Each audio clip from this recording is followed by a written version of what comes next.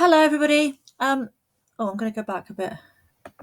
Hi, everybody. Okay, so this video and PowerPoint is to replace the lesson that we would have had tomorrow, session B. Actually, there's probably going to be two because if I carried on with everything, it takes too long to upload.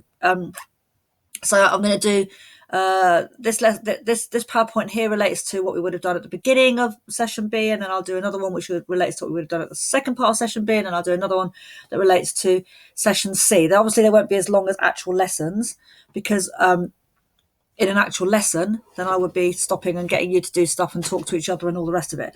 I am going to try and do that a little bit with this as well, like stop the video and ask you to go and do a task by yourselves and then come back to it, because it's just ridiculous me lecturing you the whole time. Although I seem to be doing a lot of that recently. Also, because actually at this stage, bearing in mind that we're doing this for NEA and that as I keep saying to you, the title of the NEA is Theory and Independence, it's important that you are starting to develop some independence. So it's important that what we're doing at the moment, as I go through these poems with you, that I'm kind of just modelling for you, really, how you can start to read the poems yourselves, okay? Because increasingly, that's all I'm going to get you to do is for you to go off and look at some poems and then come back and talk about them. Well, I'll talk about that a little bit more later on today. Okay, so today's this PowerPoint is based on these two poems, The Machine and Fidelity. The Machine is on page 25 of this book. Somebody emailed me. I can't remember who it was, but I'll check it anyway. Anyway, somebody emailed me about which copy to get, and this is the copy, okay, the blue one. But I will find that email and send you the ISBN number. Also, I've been in touch with the librarian, and she says that there actually are a couple of spare copies. If you email Emily Davison Cripps and ask her, then she can issue them to you. Although I would, again, like I said before, really recommend you getting your own copy, please, if you can, because you can write in it. Otherwise, just get one from the library so that next time when we're in school, you've all got your own copies. I'm not going to photocopy the poems anymore because I'm fed up with it, basically, and I've got piles of paper, and it takes time. So anyway, The Machine is on page 25 of this book, and Fidelity is on page 28. So what you might want to do now, before we look at The Machine, is just stop the video now. Oh no, don't do it now. In a minute. Do it in a minute. Oh. Anyway, okay, let's move this on. Right, so now my picture is covering up some of the words. I don't know what to do about that. So bear with me a minute. I don't want to. I'm just going to move it here, maybe. Will that work? Okay, yeah, good. All right.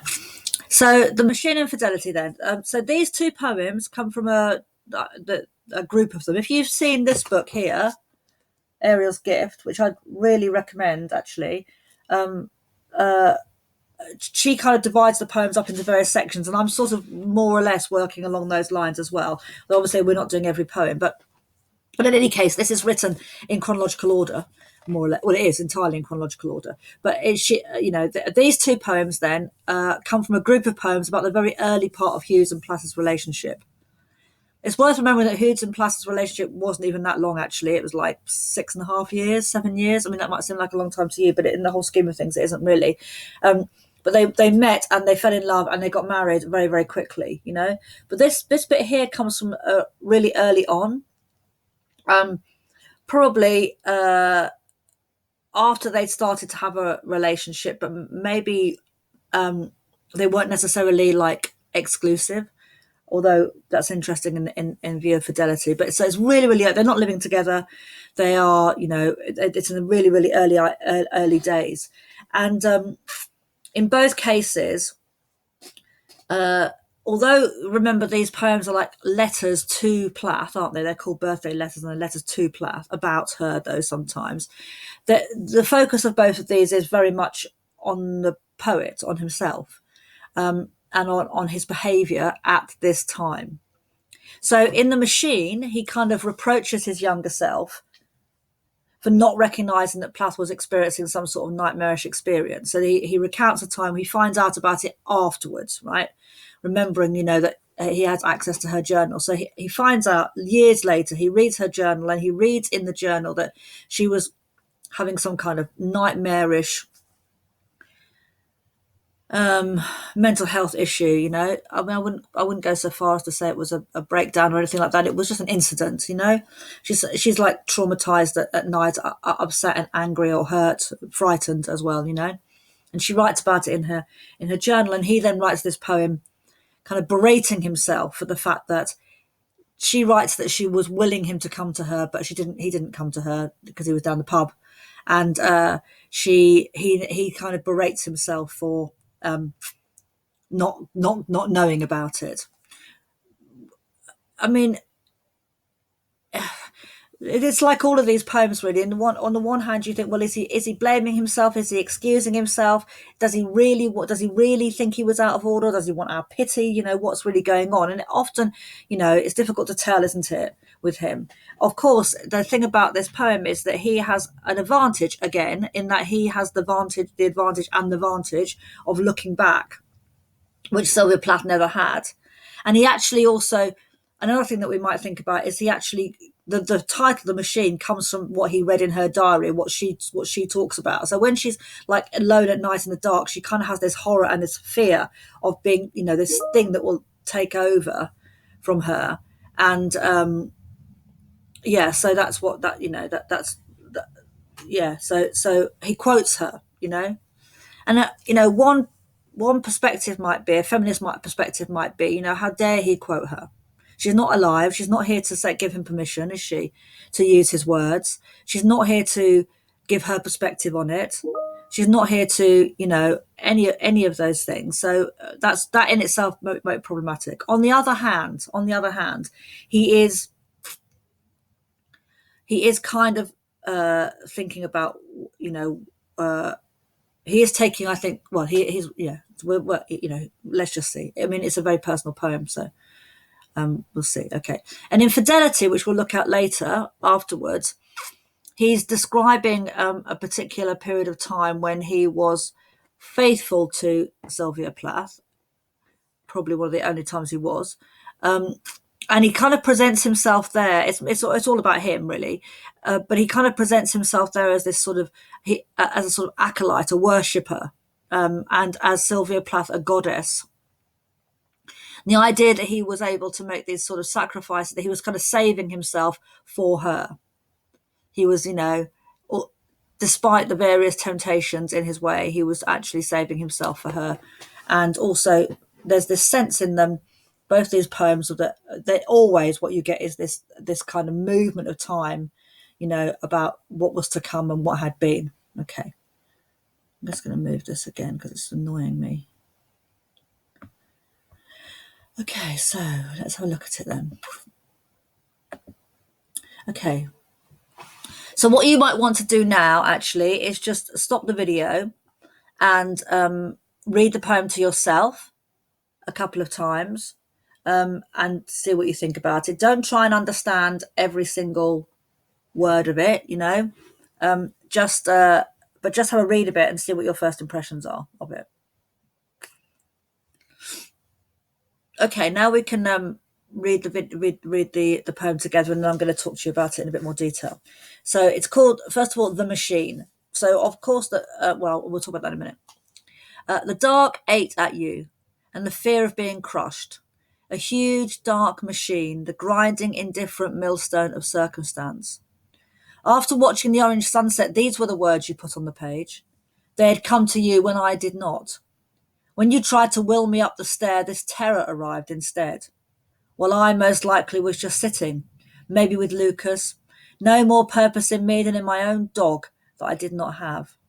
A real dog might have stared at nothing, hair on end, while the grotesque mask of your mummy-daddy half-quarry, half-hospital, whole juggernaut, stuffed with your unwritten poems, ground invisibly without a ripple towards me through the unstirred willows, through the wall of the anchor, drained my Guinness at a gulp, blackly yawned me into its other-world interior, where I would find my home, my children, and my life forever trying to climb the steps now stone towards the door now red, which you, in your own likeness, would open with still time to talk. Okay, So you can see then from that it's a poem. Again, it's a narrative poem. It's a poem that describes both where she was and where he was. So she was at home, behind her red door, up, in her room or whatever, experiencing this terror, and willing him to come. She watches the sunset, and she will, and instead of tears arriving, what arrives instead is this horror, this idea, this thing she's frightened of, this huge dark machine, a grinding millstone, something that which is her oppression, obviously her misery, that she's frightened of coming. And he says, if he'd only known, then maybe he would have come. It was worse than a dog, or maybe depends how you interpret it. So let's have a look at it bit by bit. Okay. So the first thing to say is that now what I cannot manage to do is work out how to annotate this while showing my screen, which is really annoying, and I'm very sorry about it. I did look it up, but couldn't make any sense. So you're just going to have to bear with me. I'm hoping next time there'll be like annotations on it, but I can't figure out how to do it. I can just move the mouse basically. So the machine. So the machine comes from this quote here. The dark ate at you. So he's personifying the dark as if the dark is like some sort of monster, isn't it? And the idea that she's in her room. He's talking about her experience to her.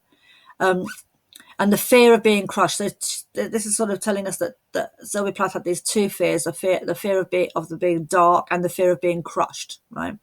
And this here is the direct quote from her journal that he found afterwards: a huge dark machine of grinding in different millstone of circumstance. So the idea that this, the circumstances of her life, particular things that happen, would come, and it's a very, very vivid image, isn't it? But it's her image that he quotes here. After watching this orange sunset, these were the words you put on the page. So these words here, a huge dark machine, the grinding indifference, millstone of circumstance, were the words that she put in her diary, which obviously he did not read until after she died. They had come to you when I did not. So the words had come to her rather than him coming to her. That raises some questions, doesn't it? The idea about whether if he'd come to her, then she wouldn't have written it. But obviously he would have saved her, he thinks. And there's a number of places in the collection when he talks about saving her. There's another in one of the other poems which we'll look at. He talks about being if a better witch doctor would have caught her, And he talks here about when you tried to will me up the stair, this terror arrived instead. So she was sitting in her room, willing him to come, but instead this terror, this fear of the dark machine and the grinding indifferent millstone to crush her came instead of him coming up the stairs. Well, I most likely was just sitting. Most likely. So there's this doubt again that we have. Do you remember we saw that in a poem before? But in Fulbright Scholars, we had that idea of he can't remember. So he can't remember. So he's letting us know he can't actually remember with this most likely, this maybe, and this might here. So this suggests, he can't remember, he doesn't know, which is sort of, you might read into it a kind of sense of his absolving his responsibility because it's also conditional, but it might not be that. It could just be that he's just assuming that's where he was because he usually was. With no more purpose in me than my own dog that I did not have. So he's comparing himself to having a dog, but he hasn't got a dog because dogs kind of for Hughes. Sometimes a dog is. There's lots of images of dogs in the collection, and sometimes they're horrible things. There's a poem towards the end that dogs are eating your mother, but other times a dog represents. Other times he constructs himself as a dog and a sort of a faithful, loyal dog. And for him to have a dog would be to do with being at home and being secure, and that relates to the next bit of thing. But he then compares to how a real dog might have stared at nothing. So the other thing is that sometimes you get the sense that he thinks that Sylvia Plath wants him as a dog, as a loyal dog that comes when called. And he says a real dog might have stared at nothing hair on end. So a real dog might have been in the room with her and might have picked up on her anxieties or her fears or her terrors the way that dogs do. And then to describe what he describes here is him describing the terror. So when the thing that she describes is a huge dark machine, a grinding indifferent millstone of circumstance. What he describes is something a bit different. This is his descriptions of it. And it's got some of the similar qualities to what she describes. There's a kind of sense of a weight and a relentlessness and a crushingness about it. But he describes it instead as the grotesque mask of your mummy daddy, half quarry, half hospital, whole juggernaut stuffed with unwritten poems. So this seems to be her psyche, what's going on in her head. So a lot of the work that she writes is about her mother and her father. Like if you read bits of Ariel, which you will later on, it's all about her kind of relationship with her mother and her father that she explored through psychoanalysis. Half quarry, I still haven't managed to understand what that means. I'll be honest with you. I've looked it up and I can't find it. Half hospital, the memory of being in the psychiatric hospital. A whole juggernaut. So a juggernaut is just something of enormous strength that is unstoppable, really.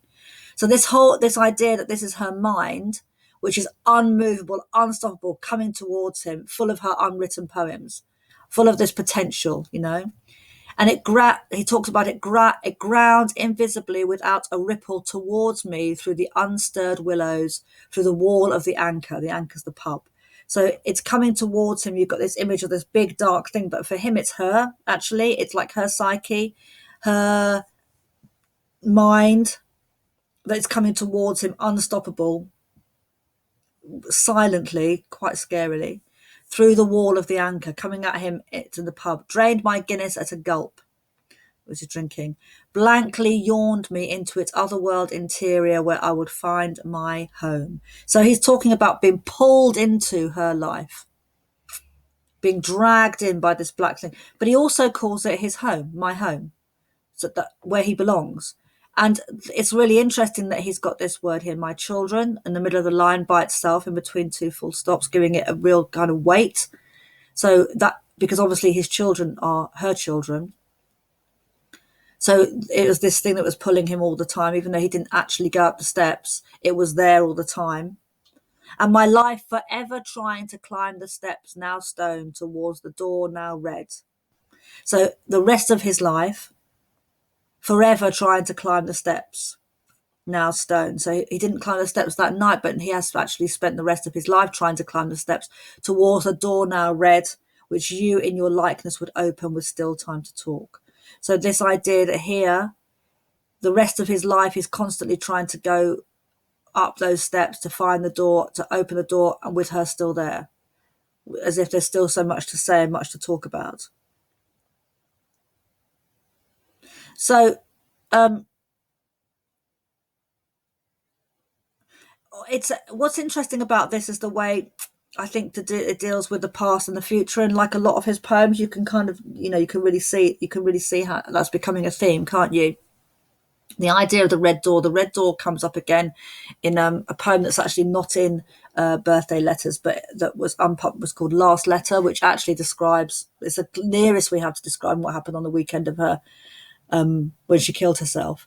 And she had a red door then, and also the last poem in this collection is about her being red. So red is often he associates red with Sylvia Plath all the time, both literally and metaphorically. Obviously, red can represent danger and also blood and also sexuality. So but this idea, I think, here is how it moves now into the present tense, the constant now stone, still time to talk. So this idea, that he was. And also this inevitability about her future. But also I think that this thing here, this my home, where I would find my home, is she his home? Despite everything, is she his home? And is he, after she's gone, always trying to get back to her to a time when there was still time to talk? So as if the thing that was missing was the conversations. I think also what's important, though, is this idea that he is realising or letting us know or letting her know that actually he wasn't aware of it at the time, but he has this kind of sense that this huge dark machine, the grinding indifferent millstone of circumstance that she's so frightened of, so these kind of dark forces were there right from the beginning.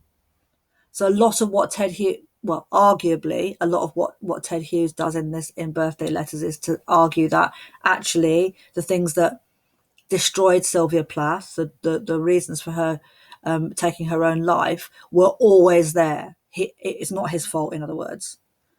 It was inevitable, really, because of this, the huge dark machine of grinding indifference, the millstone of circumstance.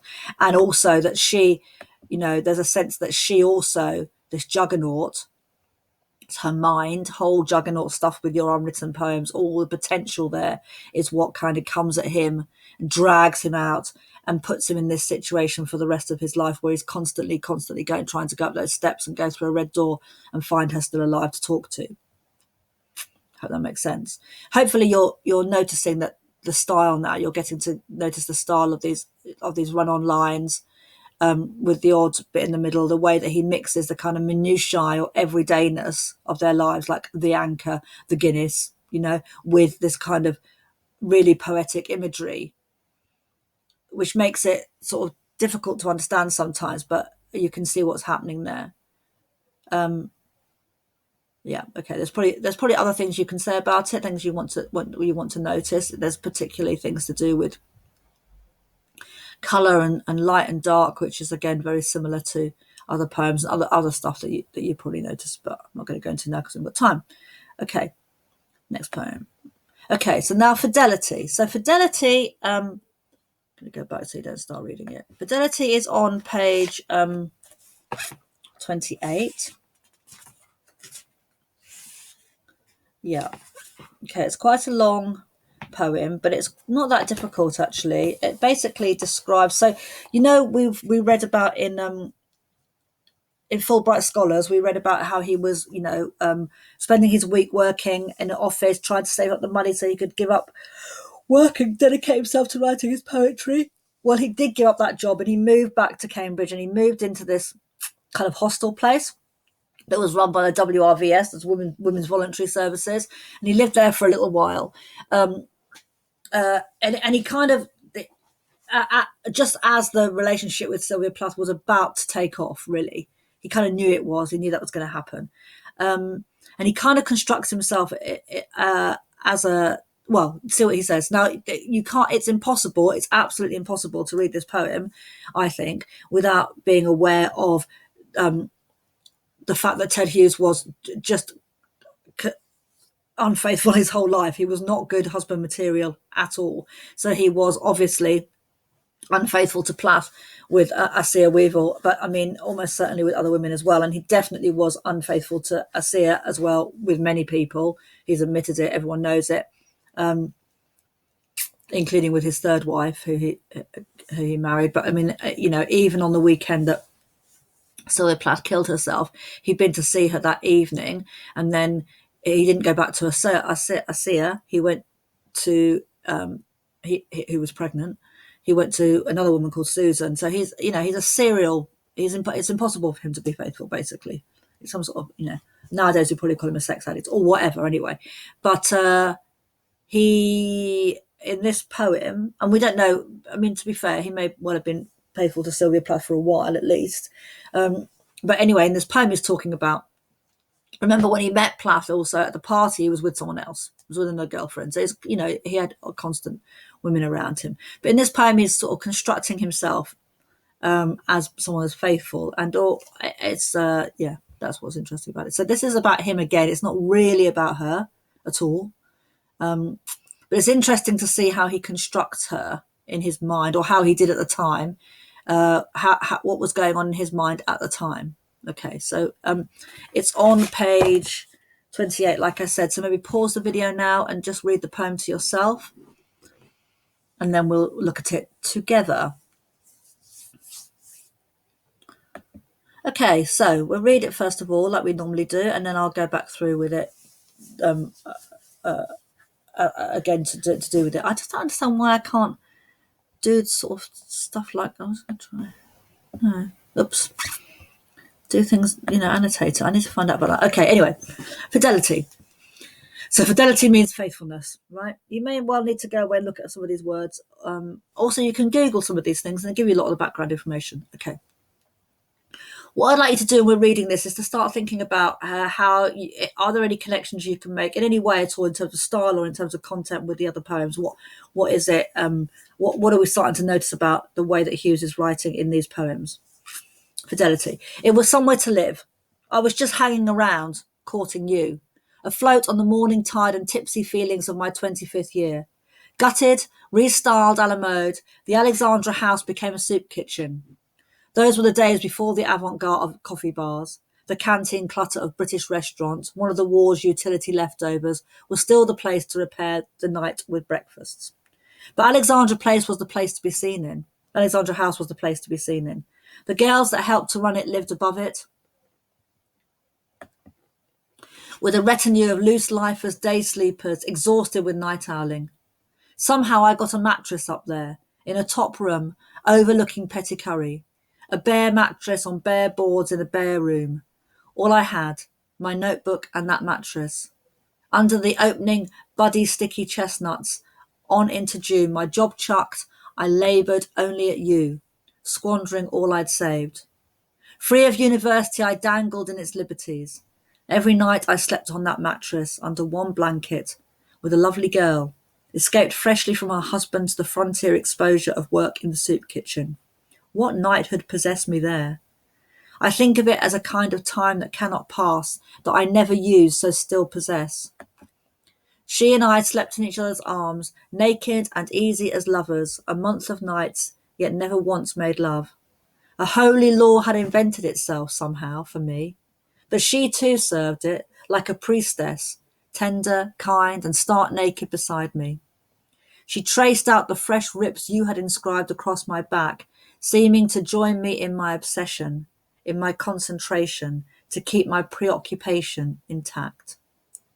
She never once invited, never tempted, and I never stirred a finger beyond sisterly comforting. I was like her sister. It never seemed unnatural. I was focused, so locked onto you, so brilliantly. Everything that was not you was blind spot. I still puzzle over it, doubtful now whether to envy myself or pity. Her friend, who had a bigger room, was wilder. We moved in with her. That lofty room became a dormitory, an HQ alternative to St. Botolph's. Plump and pretty, with a shameless gap-toothed laugh, her friend did all she could to get me inside her. And you will never know what a battle I fought to keep the meaning of my words solid with the world we were making. I was afraid if I lost that fight, something might abandon us, lifting each of those naked girls as they smiled at me in their early 20s. I laid them under the threshold of our unlikely future, as those who wanted protection for a new home used to bury under the new threshold a sinless child. Okay, so I'm not going to go through all of it in line by line because it's too much. Okay, so obviously what it is there's a description of a particular month in time when he is living in this place. And he's living in a place that it's almost kind of monk-like, isn't it? You know, he kind of almost sets himself up as a monk, a bare mattress on bare boards in a bare room, like a cell. All I have, my notebook and that mattress. So he is like a hermit or something, you know, with nothing else, just those things. He and he's talking about how, despite the fact that he slept with this girl every night for a month, they never had sex. And they became like, you know, it's a purely platonic relationship. And that even then another woman who was like highly tempting him, you know, he didn't sleep with her either, you know. There's quite a lot of, it's like the whole thing though is like a waiting, it's like he's sort of just in that moment just before the relationship was going to burst out. So I think that's, can you see this, under the opening bud sticky chestnuts, on into June. So it's springtime, it's early springtime, and these bud sticky chestnuts. So he's like, you know, he himself is aware that this relationship with Sylvia is about to burst in the same way that the weather's about to burst, you know, life is about to burst, the summer's about to happen, everything's going to come into wild blossom. And it's this weird time beforehand when he's courting her, Sylvia, and he's waiting for her, and somehow that he doesn't want to, it's like he doesn't want to ruin that or change that. He's worried actually that he said, you know, and he says, where is it? A holy law had invented itself somehow for me. That that he would that he mustn't have sex with anybody else, even though she's there. And it never seemed unnatural to him. So he's there, and even when with the other girl, although with the other girl it's a bit different. He says, "You will never know the battle I fought to keep the meaning of my words solid with the world we were making." So what he was trying to do was think about the world that he's thinking about, a future that he and Plath were going to make together at that time. She is like Sylvia Plath in this poem is kind of some distant idea, that even the other girls kind of worship. But he's obviously had slept with Sylvia Plath because she scratched his back, and the other girl sees this, and it's almost like they both know that she's a kind of unworldly greater figure. And there's lots of words like that if you think about it. You can go back through the poem and have a look for words to do with religion and look for words to do with worship or whatever. The idea that she had inscribed the rips across his back. There's lots of things we talk about. Inscribed, obviously written. So there's this idea that she was, that she'd written on him. And not only he is worshipping her, but the girl as well is like a priestess. And Months of Nights makes me think about Arabian Nights, like a month of nights, not just a month. So it's like night after night, and it's got this. A Month of Nights also got a kind of biblical feel to it, of 40 days and 40 nights, just that feeling about it. But he's just, it's this, what I think is, he says, doesn't he, it's like a non-time. It's like a time that he somehow thinks he will always have. Where's that bit? I can't find it. Oh, there's a bit, it says, I think of it as a kind of time that cannot pass, that I never used, and so still possesses. So it's like everything's just held. And because he never used it, and presumably because he didn't, have sex or do those things that he would normally do, it's like it's there saved up. He talks about himself as what knighthood possessed me there, what made him so honourable, what made him behave like an honourable knight, chivalrous knight. And he doesn't know whether to envy or, pity himself as that, looking back at that person. Obviously he's envying himself because he thinks, well, that if I could only have been faithful like that, then that might have been a good thing. But at the same time he pities himself because he didn't take advantage of them, and he was so enthralled to Sylvia. Interesting that he says, I laboured, on into June, my job chucked, I laboured only at you. So he sees it as work, as dedication, squandering all I'd saved. So he'd saved all this money. There's a real sense of self-pity there, I think. Oh, poor me, I was completely under your spell. That's what I feel like with this. He says, all that money I'd saved up, I squandered it, just waiting because I squandered it waiting to be with you. Of course, in retrospect, it was hardly squandering, was it? So there's, again, in terms of the way that it's written, it's obviously this. It's narrative. It tells that it tells that things. It includes these very minutiae of everyday life, like it tells the actual name of the place and how it's been gutted and rechanged. It's quite interesting because he sets it in a very specific moment in time. Like post-war, so things are getting a bit better, but before coffee bars, basically. And it's not exactly a doss house, but it is, it's kind of full of people who are night owls and poets and all kinds of people. But it's obviously pretty rough as well because he refers to it as a soup kitchen. So there's all this kind of mundane, everyday descriptions of what's going on. But at the same time, it has this kind of otherworldly feeling about it. He talks about having an obsession, how obsessed he was. I mean, he talks about her like tender, kind, and stark naked. I wonder whether he's thinking about having somebody, what it would have been like to be with somebody much more simple and tender and kind and less fascinating, than Sylvia. And why he describes himself as a sister, I don't know whether that's, it's a bit weird to me anyway. So, I can't move this thing along now because that's in the way. Go away. Okay. And you will never know what a battle I fought to keep the meaning of my words solid with the word we were making. So what was that battle going on there? The battle that he was going on there was to the things that he was talking about her would make it solid, to make it a future for them. He's pleading, isn't he, to her that he was invested in their future. He did want it, you know. I was afraid if I lost that fight, something might abandon us. So he was thinking that it was up to him, you know. Then there's this very, very dark thing at the end here, you know, this dark image from previous times where people used to bury a sinless child underneath their new house to protect it from evil spirits. And it's weird, isn't it, that he thinks of those naked girls not sleeping with them as his way of protecting their future from evil spirits. But of course, you know, he can't, you could argue that actually it was his infidelities that brought all the trouble to their future in the end. Depends how you think about that.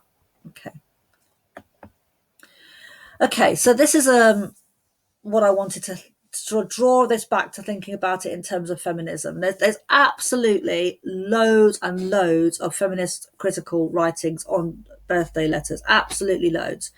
I mean, I'm not going to bombard you with it. What I am going to do is when I talk to you about what you want to write about, I'll direct you towards some of those particular bits of writing. But to remind you really that the big debate, I think, is that, you know, was Sylvia Plath so obsessed with her dead father her suicide was almost predetermined, which is kind of what Hughes is arguing in Birthday Letters, I think. Or, as some people would argue, did Hughes's behaviour, particularly his decision to leave her for another woman after 6 years of marriage, push her to the edge? That is like the kind of main question. And Hughes, obviously, the argument is that what Hughes is doing with Birthday Letters is he's pushing this image of Hughes, the first image of Hughes. So as we go on reading the poems, there's lots more stuff about her father, and her relationship with her father, and the kind of psychological damage that she did, and there's less and less about his culpability. And when he does write about himself, he seems to be sort of, at least in this one, excusing himself, or, you know, but maybe he's just putting his point of view. You know, maybe he's just thinking, well, you know, it's time to put my point of view. Or maybe he never intended to publish them anyway. That's one thing that's almost certainly true, that he hadn't to begin with intended to publish. He was just writing them for himself and trying to work it out in his own mind. So what I would like you to do then is just, so annotate those poems. You can probably find some more things to say about them if you want to in those things. Go back and have a look at some of the guidance I gave you on those other PowerPoints last time. I'll make sure they're up there to help you to analyse the poems by yourself and add any more details, but also start to see if you can start to think about any connections either in terms of style or form or content with these poems and the poems that we've already studied. And then the next video will be about a poem called Fate Playing. And then I'll probably do another one about, I'm going to do another one about Your Paris and You Hated Spain, which are the poems from about their honeymoon. Okay, so look out for the next one. Add annotations to your own copies, and I'll see you in a bit. Bye.